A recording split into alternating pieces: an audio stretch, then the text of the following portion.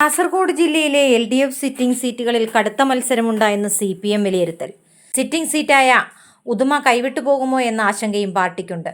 തൃക്കരിപ്പൂരിൽ ഭൂരിപക്ഷം 1/5 കുറയുമെന്ന ആശങ്കയും മണ്ഡലം കമ്മിറ്റി ജില്ലാ കമ്മിറ്റിക്ക് നൽകിയ റിപ്പോർട്ടിലുണ്ട്.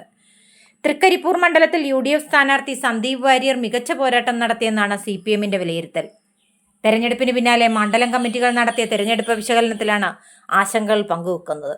വിജയം ഉറപ്പിച്ചായിരുന്നു CPM ഉദുമ മണ്ഡലത്തിൽ CH കുഞ്ഞമ്പുവിനെ 2ാം അംഗത്തിനിറക്കിയത്.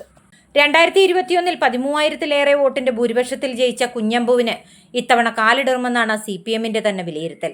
ഉദുമയിൽ 1,500 വോട്ടിന് CPM പിന്നിലെന്നാണ് മണ്ഡലം കമ്മിറ്റി ജില്ലാ കമ്മിറ്റിക്ക് നൽകിയ റിപ്പോർട്ട്.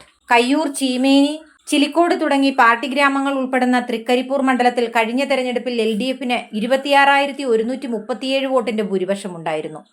ഇത്തവണ ഭൂരിപക്ഷം 5,000-ൽ താഴുമെന്നാണ് മണ്ഡലം കമ്മിറ്റിയുടെ റിപ്പോർട്ട്.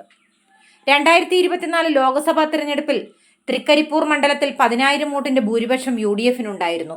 ഇത്തവണ മണ്ഡലത്തിൽ ന്യൂനപക്ഷ ഏകീകരണം ഉണ്ടായെന്നാണ് വിലയിരുത്തൽ. ഇത് CPMന് വലിയ ക്ഷീണമുണ്ടാക്കും.